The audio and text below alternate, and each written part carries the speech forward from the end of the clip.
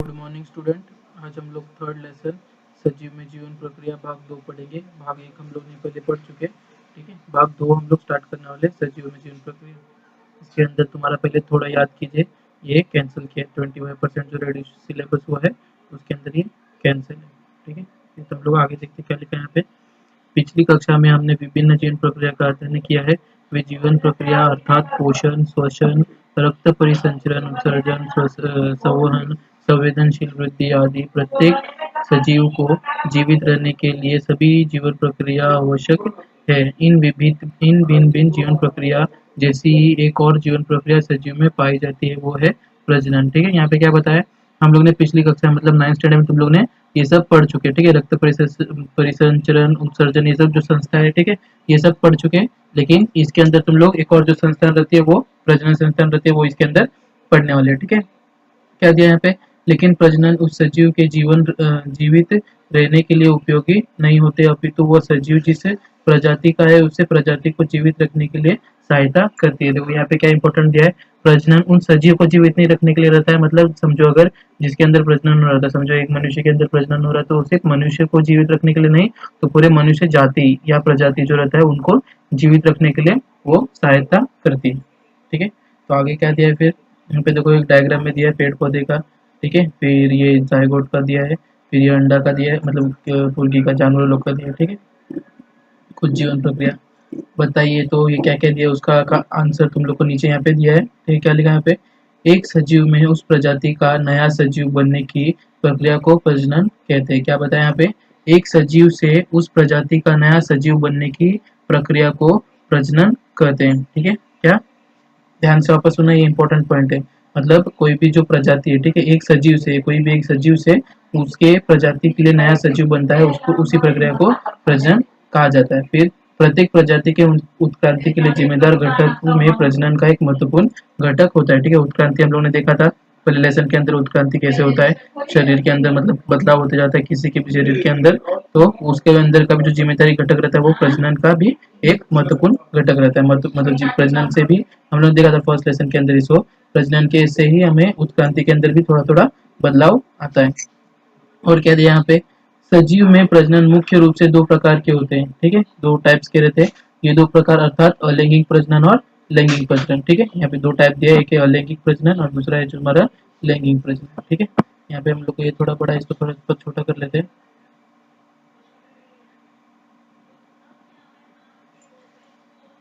फिर यहाँ पे सबसे पहला अलैंगिक प्रजनन चालू होता है। ठीक है, ये पहला एक टॉपिक अलैंगिक प्रजनन, फिर बाद में लैंगिक प्रजनन। देखो यहाँ पे टॉपिक के नाम ऊपर दिए, उसके ऊपर जो टॉपिक है वो दिया गया है। सबसे पहला प्रजनन है लैंगिक अलैंगिक। ठीक है, फिर लैंगिक रहेगा, फिर अलैंगिक रहेगा, फिर प्रजनन और आधुनिक तकनीक रहेंगे, फिर लैंगिक संस्था रहेगी और फिर बाद जनसंख्या की विस्फोट रहेगी। ठीक है, ये चार मेन चीज पढ़ने वाले। तो इसके अंदर सबसे पहले पॉइंट के अंदर दो भाग में डिवाइड किया है। तो हम लोग का पहला है अलैंगिक प्रजनन और सेक्सुअल रिप्रोडक्शन इंग्लिश में कहा जाए तो।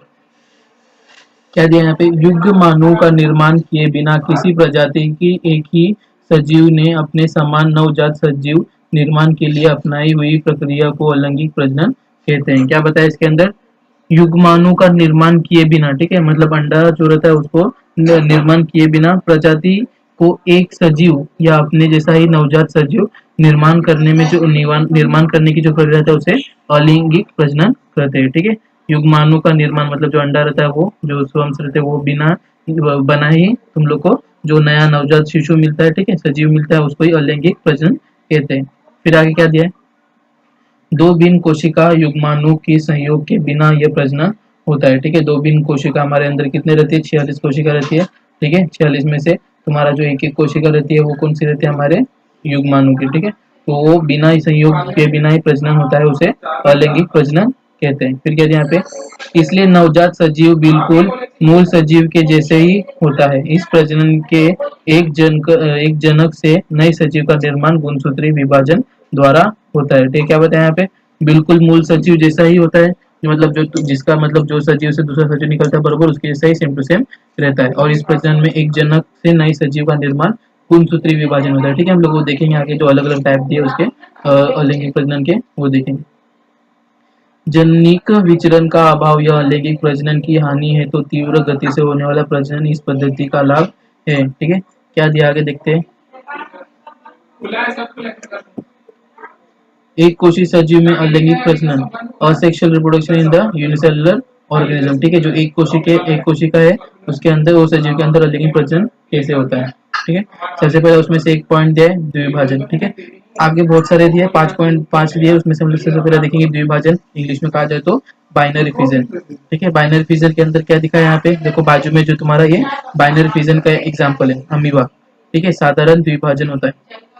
और वहीं पे यहाँ पे क्षैतिज द्विभाजन दिया। ठीक है, पैरामोशियम, पहला अमीबा, दूसरा पैरामोशियम। क्या दिया यहाँ पे, विधि, कई दिनों से जमा हुआ पानी और जलीय वनस्पति से वृद्धि, किसी तालाब के पानी को शंक्वाकार पात्र में लीजिए, उसमें थोड़े गेहूं के दाने और कुछ जलीय वनस्पति डालिए। 3 से 4 दिनों तक उसे वनस्पति तथा गेहूं के दाने को विघटन होने दीजिए। चौथे दिन प्रातः के समय एक स्वच्छ कांच पेटी लेकर उस पे शंक्वाकार फ्लास्क की पानी की एक बूंद लीजिए और उस पे आच्छादक कांच रखकर संयुक्त सूक्ष्मदर्शी के नीचे उसका निरीक्षण कीजिए। ठीक है, यहाँ पे क्या बताया, एक पानी लेना है, ठीक है, जलीय वनस्पति उसके अंदर डालना है समृद्ध, फिर गेहूं लेना है, 3 से 4 जो दाना है, मतलब दाना लेने का, उसको डाल देने का उसके अंदर, और उसको 3-4 दिन तक उसको रख देने का। ठीक है, बाद में फिर 3-4 दिन रखने के बाद उसमें से वो पानी का एक बूंद लेने का कांच पे, और उसके ऊपर अच्छा ठीक है कवर स्लिप डाल देने का, कांच का एक छोटा सा ये रहता है वो डाल देने का, और बाद में फिर हम लोग उसके अंदर सूक्ष्मदर्शी के अंदर, मतलब माइक्रोस्कोप के अंदर तुम लोग उसको देखोगे तो तुम्हें इस प्रकार दिखेगा। पहला जो है वो अमीबा उस प्रकार दिखेगा, फिर आपको बहुत पैरामोशियम द्विभाजन करते हुए दिखाई देगा। ठीक है, पैरामोशियम, और ये देखो अमीबा दिख रहा है, अमीबा भी क्या हो रहा है यहाँ पे, डिवाइड हो रहा है। ठीक है, और पैरामोशियम भी डिवाइड हो रहा है, चप्पल के आकार में जो उसको पैरामोशियम कहा जाता है। ठीक है, और अमीबा का तो कह सकते कोई आकार रहता ही नहीं। ठीक है, वो कैसे भी खटपट रहते हैं तो वो उनके चलने के लिए ईजी रहता है। फिर यहाँ पे क्या दिया है, आदि केंद्री की सजीव जीवाणु। ठीक है, आदि केंद्रिक और बहुकेंद्रिक हम लोग ने देखा था, आदि केंद्रिक और दृश्य केंद्रिक हमने देखा था 9वीं में भी। ठीक है, 8वीं में भी देखा था, 9वीं में भी देखा था, क्या रहता है आदि केंद्रिक और दृश्य केंद्रिक। ठीक है, जिसके अंदर केंद्रक जो पूरी तरीके से विकसित नहीं रहता है वो।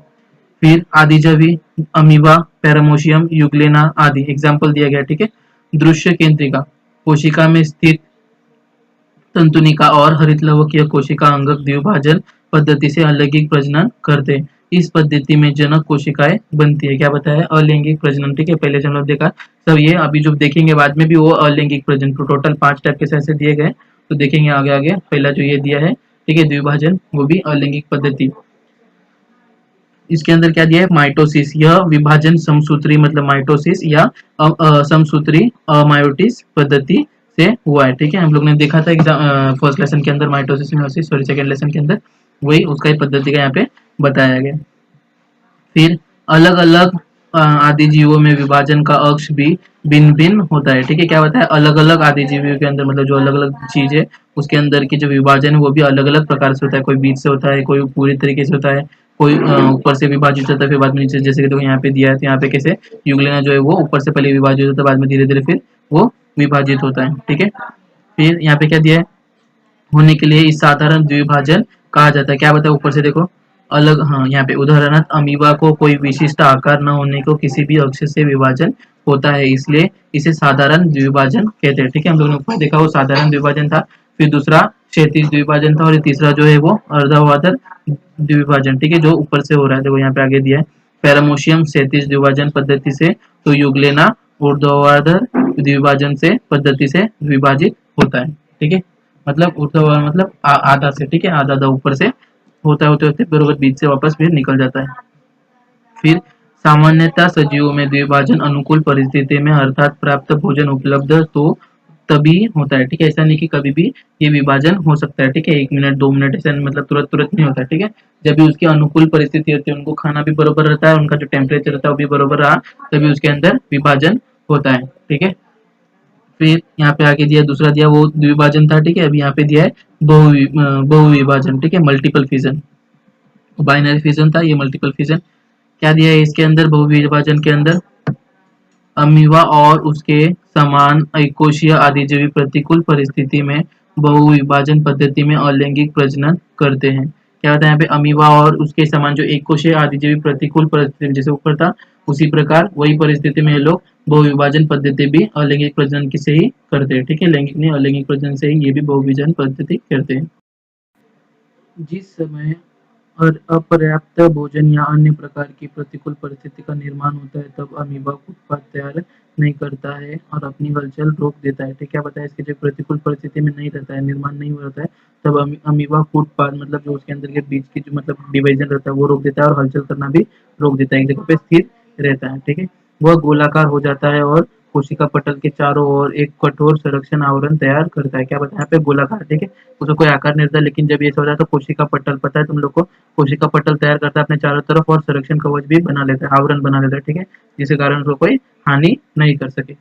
इस आवरण तक कठोर संरक्षण को पुटी या साइस्ट कहते हैं। ठीक है, सीस्ट भी कहा जाता है या पुटी, जिसका इसका जैसा प्रोनाउंसिएशन रहता है वैसा कहा जाता है। ठीक है, तो आवरण कठोर संरक्षण जो रहता है उसके ऊपर उसको पुटी कहा जाता है हिंदी में, अगर हिंदी में बोला जाए तो। फिर पहले पुटी के अंदर सिर्फ केंद्रक का कई बार समसूत्री विभाजन होकर उन अनेक केंद्रों का निर्माण होता है। ठीक है, हम लोग नीचे देखते हैं, देखो डायग्राम में दिया रहेगा यहाँ पे,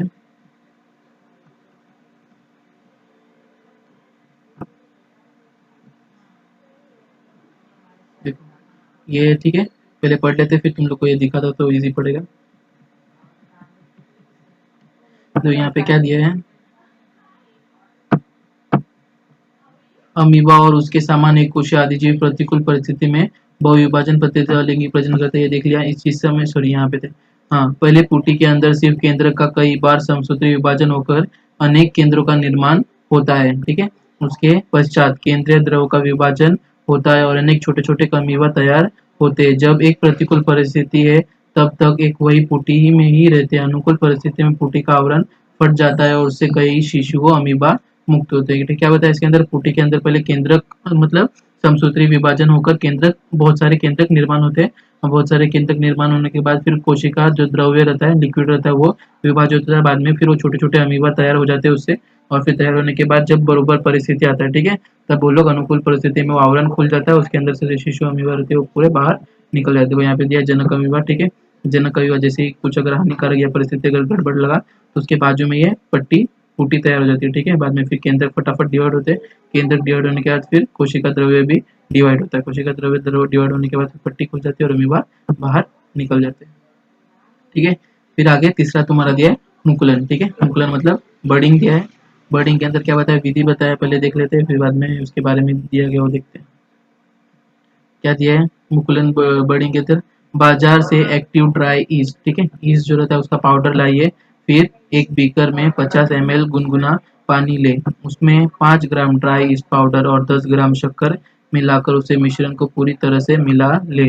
1 घंटे तक उसके मिश्रण को किसी शुष्क जगह पर रखकर बाद में उसकी एक बूंद स्वच्छ कांच पट्टी पर लीजिए और उसके ऊपर आच्छादन कांच रखकर संयुक्त सूक्ष्मदर्शी के नीचे निरीक्षण कीजिए। ठीक है, ये जो तुम्हारा था ये सब तुम लोग को क्या बोलते हैं, अभी जो स्कूल चालू होता है तो तुम लोग को इसमें करवाते हैं, क्या बोलते हैं, लेबोरेटरी में। लेकिन अब तो स्कूल चालू नहीं है तो स्कूल तो जा नहीं पाओगे, तो तुम लोग लेबोरेटरी में भी, साइंस लैब में भी नहीं जा पाओगे। ठीक है, तो ये कर नहीं पाओगे ना, तो ये सब होता है लेबोरेटरी के अंदर, साइंस प्रैक्टिकल के अंदर जो तुम्हारा एग्जाम रहेगा तो उसके अंदर आता है ये। तो क्या दिया है, बाजार में एक्टिव ड्राई आइस लेना है। ठीक है, फिर उसके अंदर 50 ml गुलगुला पानी लेना है, उसके अंदर डाल देना है ड्राई आइस को 5 ग्राम या 10 ग्राम जो जितना रहेगा उतना। फिर 10 ग्राम शक्कर मिलाकर उसको मिश्रित करना पूरे तरीके से। ठीक है, फिर उसको 1 घंटे तक ऐसे छोड़ देना है, क्योंकि उसके अंदर का जो ईस्ट रहेगा वो फटाफट मल्टीपल मतलब बड़ा होते जाएगा। ठीक है, डिवाइड होते जाएगा और बाद में होने के बाद फिर उसको एक कांच पे, ठीक है, कांच जो पट्टी देता है उसके ऊपर रख के उसके ऊपर अच्छा दन कांच रख देना है, सो उसके ऊपर दूसरा कोई भी जीवाणु बैठे नहीं। ठीक है, या सूक्ष्म जीव कोई भी बैठे नहीं, और बाद में सूक्ष्मदर्शी से उसे हमें निरीक्षण करना है। ठीक है, फिर आगे क्या दिया है, आपको किण्वन कोशिका मुकुलन करती हुई दिखाई देगी। ठीक है, किण्वन जो कोशिका ईस्ट जिसे कहते हैं, ठीक है, किण्व जो कोशिका है वो मुकुलन करती हुई दिखाई देगी। देखो ऊपर दिख रहा है तुम लोग को मुकुलन करते हुए, क्या दिख रहा है इसके अंदर, एक जो है जनक किण्वन कोशिका है वो उभार है। ठीक है, पतला हो गया, फिर उसके अंदर जो अंदर की खाली जगह या केंद्र का जाएगा वो डिवाइड हो गया, फिर ये डिवाइड हो गया, फिर इसके ऊपर चिपके रहते हैं। ठीक है, और चिपकने के बाद जब उनका परिस्थिति अनुकूल परिस्थिति में रहेगा तब वो एक दूसरे से विभाजित होते हैं। ठीक है, छोड़ देते हो एक दूसरे को। देखते हैं यहाँ पे आगे क्या दिया है, आपको किण्व कोशिका मुकुलन करते हुए दिखाई देगी, अर्थात उनके किण्व कोशिका को एक एक छोटे उभर दिखाई देगी। मुकुलन पद्धति में अलैंगिक प्रजनन होता है कि नव कोशिका मुकुलन पद्धति से प्रजनन करने के लिए समसूत्री विभाजन द्वारा दो नवजात केंद्रों का निर्माण करती है। ठीक है, समसूत्री विभाजन मतलब 1 का 2, 2 का 4 ऐसे ही करती है।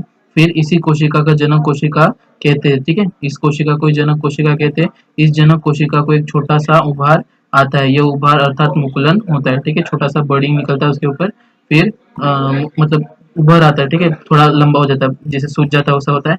फिर दो नवजात केंद्रक हो जाते हैं। ठीक है, केंद्रक डिवाइड होता है, फिर केंद्रक मुकुल में प्रवेश करता है। मुकुलन से पर्याप्त वृद्धि होने के बाद वह जनक कोशिका में अलग हो जाती है और स्वतंत्र नवजात किण्व कोशिका के रूप में बढ़ने लगती है। ठीक है, जब इनका जो परिस्थिति अनुकूल रन रहती है, ठीक है, अनुकूल परिस्थिति, उसके बाद वो एक दूसरे से छोड़ देते हैं और बाद में वो अलग अलग नवजात स्वतंत्र नवजात किण्व कोशिका बन जाते हैं। ठीक है, फिर यहाँ पे आया तुम्हें बहुकोशिका। ठीक है, वो सब थी क्या, एक कोशिका सजीव का अलैंगिक प्रजनन था, अभी हम लोग देखेंगे बहुकोशिका सजीव के अलैंगिक प्रजनन। ठीक है, यहाँ पे बहुकोशिका सजीव में अलैंगिक प्रजनन क्या क्या दिया यहाँ पे, और sexual reproduction in multicellular organism. सबसे पहले दिया तुम्हारा यहाँ पे खंडी भवन। ठीक है, यहाँ पे जो कट किया है वो तुम लोग का 25% रेड सिलेबस के अंदर तुम लोग को कट कर दिया। ठीक है, तो यहाँ पे तुम्हारा सबसे पहले आया खंडी भवन। ठीक है, फ्रेगमेंटेशन जिसे कहते हैं इंग्लिश में। क्या बताया यहाँ पे, यह अलैंगिक प्रजनन की पद्धति बहुकोशिकीय सजीव में पाई जाती है। क्या, बहुकोशिकीय, सबसे पहला पॉइंट तुम्हारा यही रहेगा। सो बहुकोशिकीय सजीव में पाई जाती है। इस पद्धति में जनक सजीव के शरीर को अनेक छोटे छोटे खंडों में विभाजन होकर प्रत्येक नया खंड नवजात सजीवों के रूप में जीवन जीने लगता है। इस जैसे ही शैवाल, स्पाइरोगैरा और साइकॉन जैसे स्पंज प्रकार के सजीव में इस पद्धति से प्रजनन होता है। ठीक है, क्या बताया इसके अंदर, अलैंगिक प्रजनन सबसे पहला पॉइंट क्या हो जाएगा तुम्हारा, ये बहुकोशिका सजीव में पाई जाती है। फिर दूसरा, ये पद्धति में जो जनक सजीव रहता है, ठीक है, जो मतलब पेरेंट्स रहते हैं, वो सजीव के शरीर छोटे छोटे खंडों में, ठीक है, छोटे छोटे टुकड़ों में विभाजित हो जाता है और विभाजित होने के बाद एक नया खंड जो रहता है वो नवजात सजीव मतलब दूसरे मतलब उसके बच्चे के रूप में वो कन्वर्ट हो जाता है। ठीक है, और वो किस किस के अंदर होता है उसका एग्जांपल एक टाइप पे दिया है, शैवाल, स्पाइरोगायरा, साइकॉन। ठीक है, जो स्पंज जैसे सजीव रहते हैं उसके अंदर ये पद्धति का प्रजनन होता है। ठीक है, और ये सब जो रहते हैं वो बहुकोशिकीय रहते हैं। फिर यहाँ पे जो नीचे का दिया है, स्पाइरोगायरा को जब पर्याप्त पानी तथा पोषक मिलता है, ये सब कैंसिल किया है। ठीक है, फिर आगे पूर्ण जनन देखते हैं। ठीक है, पूर्ण जनन, रीजनरेशन। ठीक है, एक से दूसरा जनरेशन, जैसे कि तुम लोग देखोगे रीजनरेशन, जैसे कि अगर एग्जांपल में बताया जाए तो तुम्हारा छिपकली का जो पूछ है, ठीक है, वापस जनरेट हो जाता है, उसको रीजनरेशन कहा जाता है, पूर्ण जनन कहा जाता है। ठीक है, पूर्ण जनन। तो यहाँ पे क्या दिया है, आपको पता होगा कि प्रतिकूल परिस्थिति में छिपकली अपना पूंछ को काट देती है। ठीक है, छिपकली अपना पूंछ काट देती है। जब भी स्ट्रेंजर फैक्ट मतलब सॉरी क्या बोलते हैं, वीडियो मैंने जो एक बार बनाया फैक्ट्स के अंदर, तो उसके अंदर भी तुम लोग देखोगे तो छिपकली का उसके अंदर बताया गया है। तो जो परिकूल स्थिति रहती है तब प्रतिकूल सॉरी जो मतलब उनकी बराबर टाइम पे नहीं रहती, कुछ अगर उनको हानि लगता है तो वो अपनी पूछ जो रहती है वो आराम से वो लोग छोड़ सकते हैं। ठीक है, थोड़ा सा प्रेशर अप्लाई करने के बाद तो अपना पूछ छोड़ देते हैं, या कोई अगर काट मतलब तोड़ भी दिया उसका पूछ काट दिया तो भी उनका पूछ जो रहता है वो रिटर्न आ जाता है। क्या दिया यहाँ पे, कुछ समय बाद वधि के बाद कटा हुआ पूछ का हिस्सा पूर्ण जनित किया जाता है। यह मर्यादित पूर्ण जनित का पद्धति है, लेकिन प्लेनिया इसके कुछ प्राणी विशिष्ट परिस्थिति में स्वयं को शरीर को 2 टुकड़े करते हैं और प्रत्येक टुकड़े से शरीर का बचा हुआ हिस्सा नए बनाकर 2 नवजात प्राणी निर्माण किए जाते हैं। इस प्रक्रिया को पूर्ण जनन कहते हैं। ठीक है, इसके अंदर क्या बताया है, वो छिपकली का जो पूंछ रहता है वो कट जाता है। ठीक है, लेकिन उसके अंदर मर्यादित रहता है, क्या जो पूंछ जो रहती है वो खराब हो जाता है। ठीक है, उससे वापस दूसरा छिपकली नहीं बन सकता, लेकिन छिपकली जो रहता है उससे पूंछ नया बन सकता है। ठीक है, लेकिन इसके अंदर जो प्लेनेरिया है, ठीक है, प्लेनेरिया जो रहता है वो अपने शरीर को 2 टुकड़े में कन्वर्ट कर देता है। ठीक है, लेकिन 2 टुकड़े में कन्वर्ट करने के बाद उसका जो दोनों टुकड़ा रहता है वो दोनों टुकड़ा से वो लोग अपना शरीर बना सकते हैं। ठीक है, अगर उनका पूंछ कट गया तो पूंछ से वापस वो अपना शरीर ऊपर का बना सकते हैं, और ऊपर का कट गया तो ऊपर से अपना नीचे का भी शरीर बना सकते हैं। ठीक है, तो इसी प्रक्रिया को क्या कहते हैं, पूर्ण जनन। ठीक है, पूर्ण जनन मतलब क्या, जो अपने चीज रहते हैं मतलब शरीर रहता है उसको 2 टुकड़ा में तोड़ देते हैं और दोनों टुकड़ा से वो अपना नया शरीर बना सकते हैं। ठीक है, 2 अलग अलग नवजात शिशु सॉरी क्या बोलते हैं सजीव को वो लोग बना सकते हैं। ठीक है, ये भी जो है तुम्हारा बहुकोशीय रहते हैं। फिर आगे देखेंगे मुकुलन। ठीक है, बर्डिंग, हम लोग ने बहुकोशिका एक कोशिका के अंदर देखा था, ये बहुकोशिका के अंदर भी बर्डिंग है। ठीक है, यहाँ पे मुकुलन के अंदर क्या दिया है, हाइड्रा, ये एग्जांपल हाइड्रा का, ठीक है। तुम लोग बाजू में देखोगे तो डायग्राम दिख रहा है तुम लोग को। हाइड्रा, उसके अंदर कैसे मुकुलन होता है, पहले देखो सब हेयर लाइक स्ट्रक्चर रहता है, ठीक है, बाल जैसा रहता है। फिर यहाँ पे तुम लोग को ये धीरे धीरे सूज जाता है, और सूजने के बाद फिर यहाँ पे नया सा देखो देखो थोड़ा सा ये निकला है।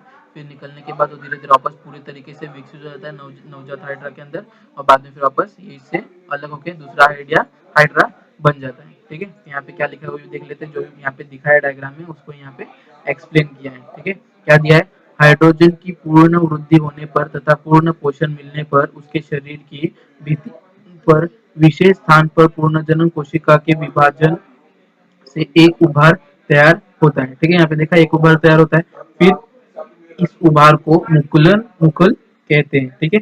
मुकुलन नहीं, मुकुल कहते हैं। देखो यहाँ पे उभार एक आया है, ठीक है, ये जो है इसको मुकुल कहा जाता है, ठीक है। मुकुलन किसको कहा जाता है, जो पूरा पद्धति रहता है उसको मुकुलन कहा जाता है, और जो चीज रहता है उसको मुकुल कहा जाता है, ठीक है। फिर आगे क्या दिया है, समय के अनुसार मुकुल की वृद्धि होती रहती है, ठीक है। समय समय के अनुसार उसकी वृद्धि होती रहती है, और बाद में उसका रूपांतर छोटे हाइड्रा में हो जाता है। नवजात हाइड्रा का शरीर स्तर एवं पाचन गुहा यह जनक हाइड्रा के शरीर स्तर का ही पाचन गुहा से जुड़ा रहता है, ठीक है। जैसे कि हम लोग जब बच्चे रहते तो हमारे जो पाचन गुरु रहता है वो मम्मी के अंदर ही जोड़ा रहता है, तो उसे इनका हाइड्रा जो रहता है वो भी उनका पाचन गुरु या क्या बोलेंगे शरीर का स्तर कहा जाएगा।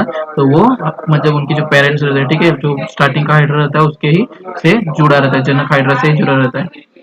और क्या दिया है, नवजात हाइड्रा का पोषण जनक हाइड्रा द्वारा ही होता है, ठीक है। नवजात हाइड्रा का जो पोषण रहता है वो खाना पीना जो रहता है, पोषक तत्व जो रहता है वो भी जनक हाइड्रा से ही उनके पास पहुंचाया जाता है। जब पाचन ही जुड़ गया, ठीक है, तो पोषक भी सब कुछ जुड़ा ही रहता है। फिर क्या दिया है, जब नवजात हाइड्रा की वृद्धि इतनी हो जाती है कि वह स्वयं अस्तित्व बनाने में समर्थ हो जाता है, तो वह जनक हाइड्रा से अलग होकर एवं स्वतंत्र जीवन यापन करने लगता है, ठीक है। जब उसके अंदर उतनी क्षमता आ जाती है जो वो अपना मतलब पालन पोषण, ठीक है, वो खुद से अपना कर सकता है, खाना पीना खा सकता है, अपना जीवन को बचा सकता है, तब वो अपने मतलब जनक जो हाइड्रा था उससे वो अपना जग मतलब उससे अपना विभाजित कर लेता है, ठीक है, अलग हो जाता है उससे, बाद में स्वतंत्र जीवन व्यापित करने लगता है।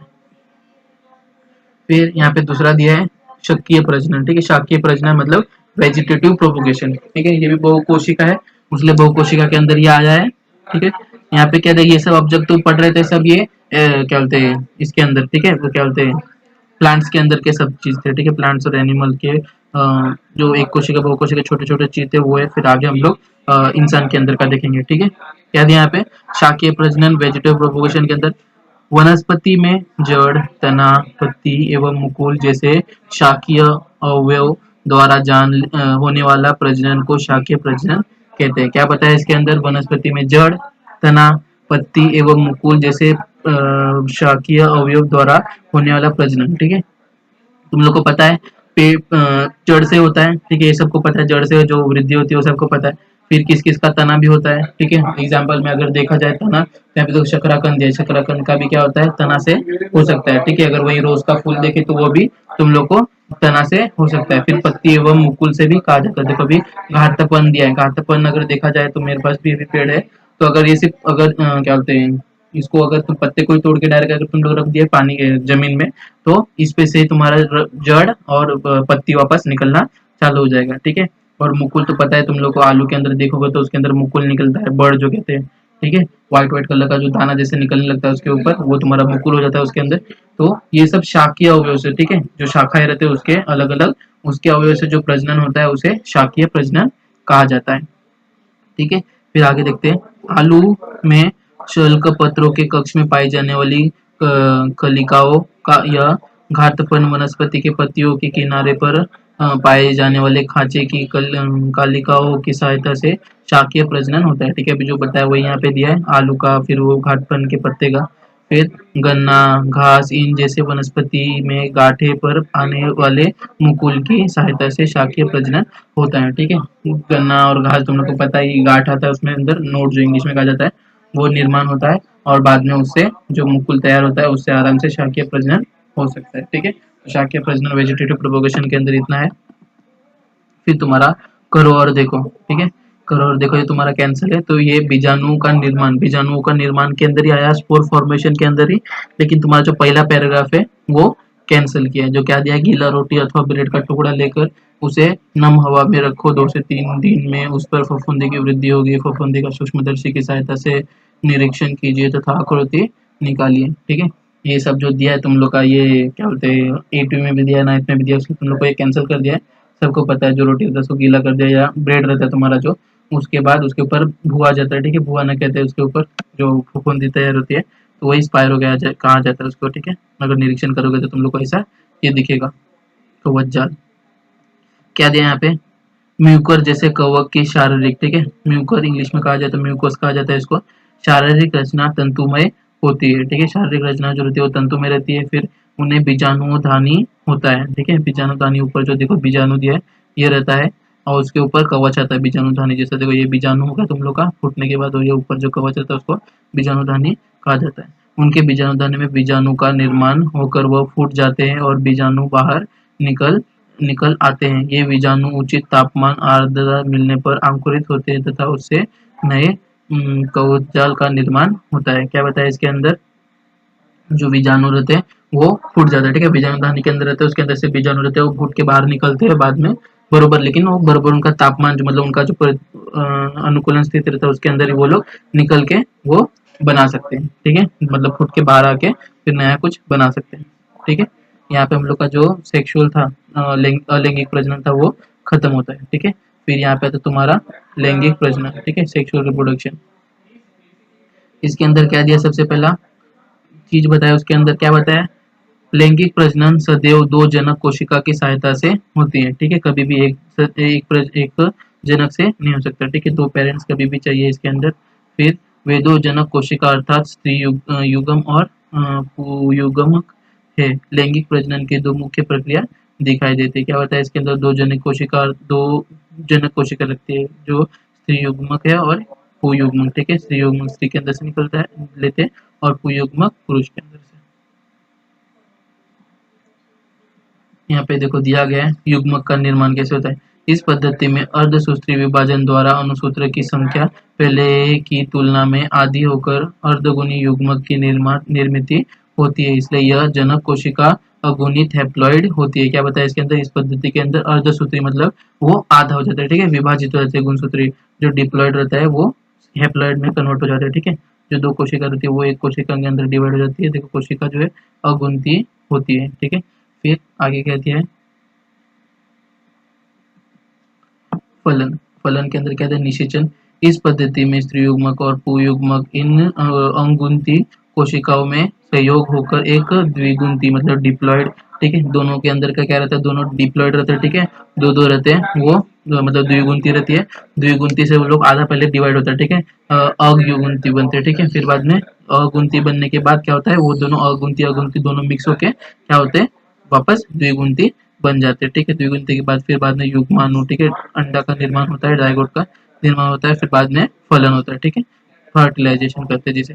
यह युग्माणु समसूत्री विभाजन से विभाजित होकर भ्रूण तैयार करते हैं। सॉरी यहाँ पे भ्रूण जो दिया है यहाँ पे पूरा जायगोट जो मतलब अंडा जो रहता है पूरा तरीके से निर्माण करते हैं। क्या रहता है, समसूत्री विभाजन से विभाजित होकर। ठीक है, समसूत्री मतलब बरोबर हिसाब से मतलब इसके अंदर से थोड़ा इसके अंदर थोड़ा ऐसे विभाजित होकर भ्रूण तैयार करते हैं। इस भ्रूण की वृद्धि होकर नवजात सजीवों का निर्माण होता है। ठीक है, जब वही भ्रूण रहता है उसका बाद में नवजात शिशु का निर्माण होता है। फिर क्या दिया है, इस प्रजनन में नर जनक तथा मादा जनक इन दो जनकों का सहभाग होता है। ठीक है, जैसे हम लोगों ने स्टार्टिंग में देखा वही यहाँ पे दिया गया। फिर नर जनक के पुंयुग्मक और मादा जनक के स्त्री युग्मक का सहयोग होता है। ठीक है, जैसे बताया मैंने ऊपर नर जनक में से पुंयुग्मक जैसे दो कोशिका है तो ये कोशिका नर जनक में से निकलती है और जो दूसरी कोशिका है तो स्त्री युग्मक वो मादा जनक में से निकलती है। ठीक है, पेरेंट्स के अंदर से। फिर क्या दिया है, इसलिए तैयार होने वाले नए सजीव के पास दोनों ही जनक जीन्स होते हैं। इसलिए तैयार होने वाले नए सजीव के कुछ गुणधर्म जनक के सामने तो कुछ गुणधर्म जनक से भिन्न होते हैं। ठीक है, तो इसके जो चीज रहते हैं वो हमारे अंदर मतलब उनके बच्चे के अंदर रहते हैं, नवजात के अंदर, तो इसलिए उनके जो कुछ कुछ गुणधर्म है वो सेम रहता है और कुछ कुछ गुणधर्म जो रहते हैं वो अलग रहते हैं। ठीक है, फिर क्या कहते हैं, जनिक परिवर्तन में कारण सजीव में विविधता दिखाई देती है। ठीक है, जनुक परिवर्तन के कारण क्या होता है, दोनों में से थोड़े थोड़े चीज रहते हैं वो आते हैं इसलिए उसके अंदर विविधता दिखाई देती है, लेकिन अलैंगिक के अंदर नहीं दिखाई देती। फिर क्या दिया है, यह विविधता सजीव को बदलते पर्यावरण से जुड़े रहने के लिए, अपना अस्तित्व बनाए रखने के लिए मदद करती है, जिससे वनस्पति और प्राणी की प्रजाति लुप्त होने में स्वयं को बचाती है। ठीक है, यहाँ पे बताया, यहाँ पे ये किस लिए होता है, बदलता पर्यावरण के लिए होता है, बदलते पर्यावरण से जुड़ने रहने के लिए और अस्तित्व, अपना जो अस्तित्व है वो इसे संसार में बनाए रखने के लिए इसके लिए मदद करता है। ठीक है, और फलता फूलता रहे, लुप्त ना हो जाए। ठीक है, वो जो जाति है वो लुप्त ना हो जाए, इसलिए भी इसका उपयोग होता है। ठीक है स्टूडेंट, फिर वनस्पति और अलैंगिक जो प्रजनन है वो हम लोग नेक्स्ट लेक्चर में करेंगे। Okay, bye.